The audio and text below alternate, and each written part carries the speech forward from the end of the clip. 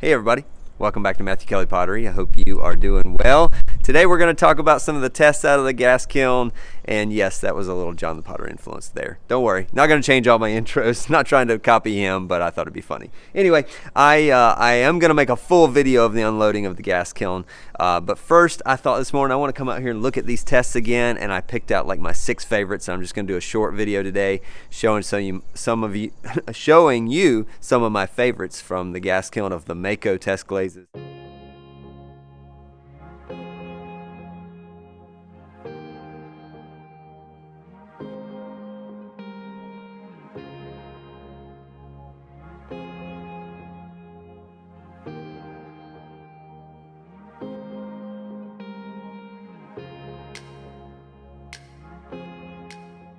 So first up is winter wood that you just saw the inside of at the very beginning. Winter wood with green tea.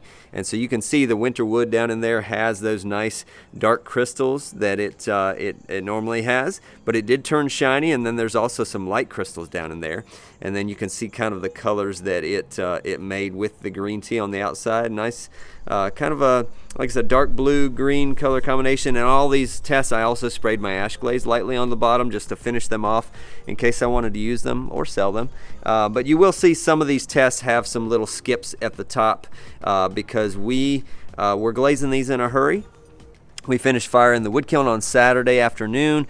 John and I both went and took showers. We came back here and we started glazing the pots because we wanted to fire the gas kiln on Sunday so we could unload it Monday. And then we unloaded that one on Tuesday, which was yesterday. And now he's back in Minnesota. So either way, we were kind of in a hurry. So several of these tests did skip like that. But he said, listen, if they skip, they're not always going to do that. You just got to let the bottom layer dry more, which I assumed.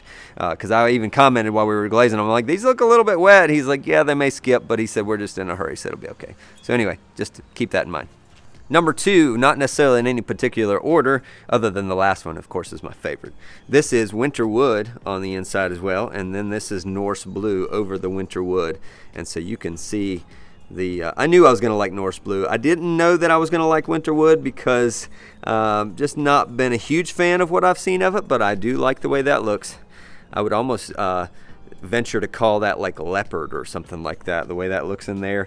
I do have a piece that just has winter wood on it. You'll see that in the full video, but winter wood with Norse Blue, and that's pretty sweet. I like it. I was pretty sure also that I was going to like Copper Jade after seeing the test of the Cone 10 version of that. So I did I have a Strontium Crystal Magic, which is Stephen Hill's glaze, the original one that he mixed for high temperature. I use it quite often. This one, I put the Strontium Crystal Magic on top first, and then I put Copper Jade on the inside and on the outside, probably down to like here. So you can see how that those two glazes mix together. I love to see that orange streaking into the red. I'm not really sure how well this would sell because it's kind of a dark glaze, but if I ever made pumpkins or anything for the fall, that is like dynamite. And I just love all the crystals that are in there. I do like the 2 colors. I'm just, like I said, not sure it would sell, but hey, maybe I'll make a few and put them up on an online restock and see if they go.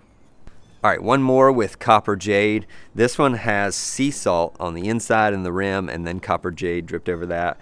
And this is a toss. I do have my favorite over there, but this one is probably close second. Now, this one skipped quite a bit. You can see right there.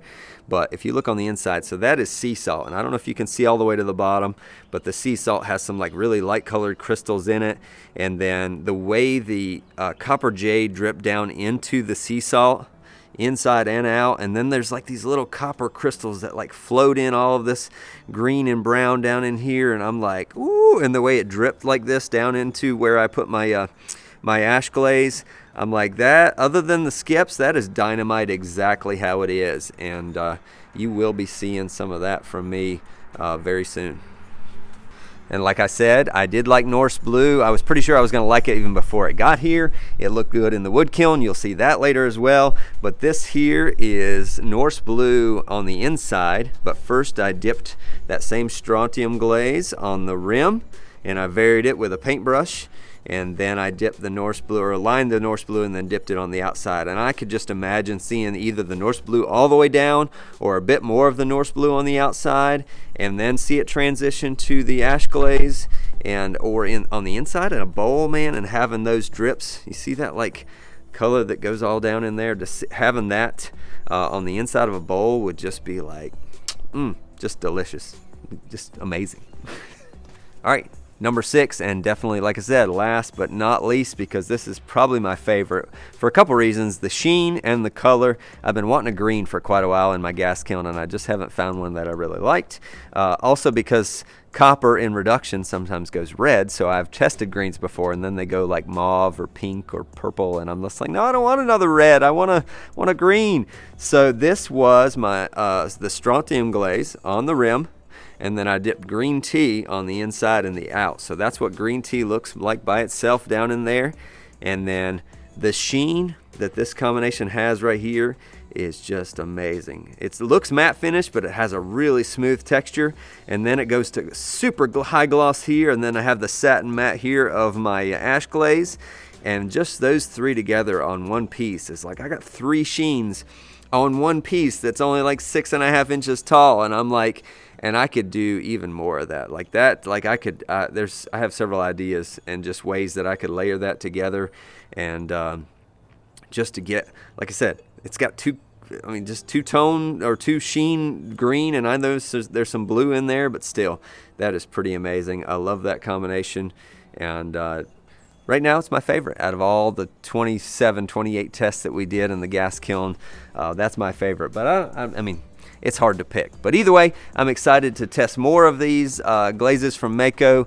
I'm excited to call them because there are more colors that they didn't send me that I want to order and test those in both of my kilns. And yeah, you'll be seeing more of the gas kiln and the wood kiln stuff. There's a ton of footage of that coming out soon from me and John. There's live streams of the wood firing on my channel and one on John's channel as well. So if you haven't seen those, check those out. And yeah, so appreciate you guys, all your support, and we'll see you in the next video. Okay, thanks. Bye.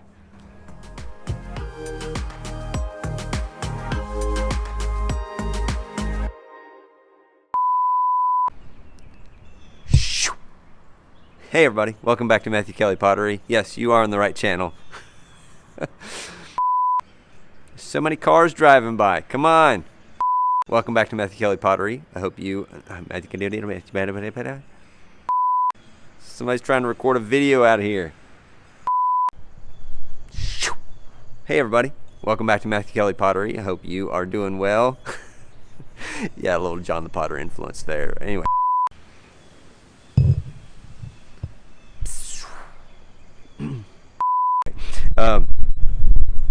And the wind, okay.